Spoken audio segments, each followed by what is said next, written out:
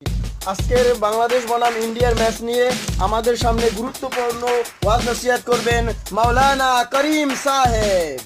আরে হারামজাদা আলিমদার, ও হারামজাদা আলিমদার, তোর দিলে কি মরার ভয় নাই রে?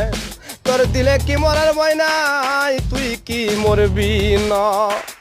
তুই এইটা কি করলি? এইটা কি করলি রে?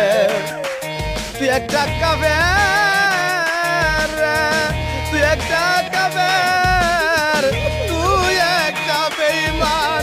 যাই ওয়াল্লাযিনা আমানু, তুই একটা আমানু, তুই একটা আমানু রে। এর জবাব তোকে দিতে হবে রে, এর জবাব তোকে দিতে হবে। আরেকদিকে কুত্তার বাচ্চা গোল, কানার ঘরের কানা। কুত্তার বাচ্চা গোল, কুত্তার বাচ্চা গোল, কানার ঘরের কানা, মেনার ঘরের মেনা। তোর চোখটা কি বাড়িতে রাই খাইছিলি রে? তোর চোখটা কি বাড়িতে রাই খাইছিলি?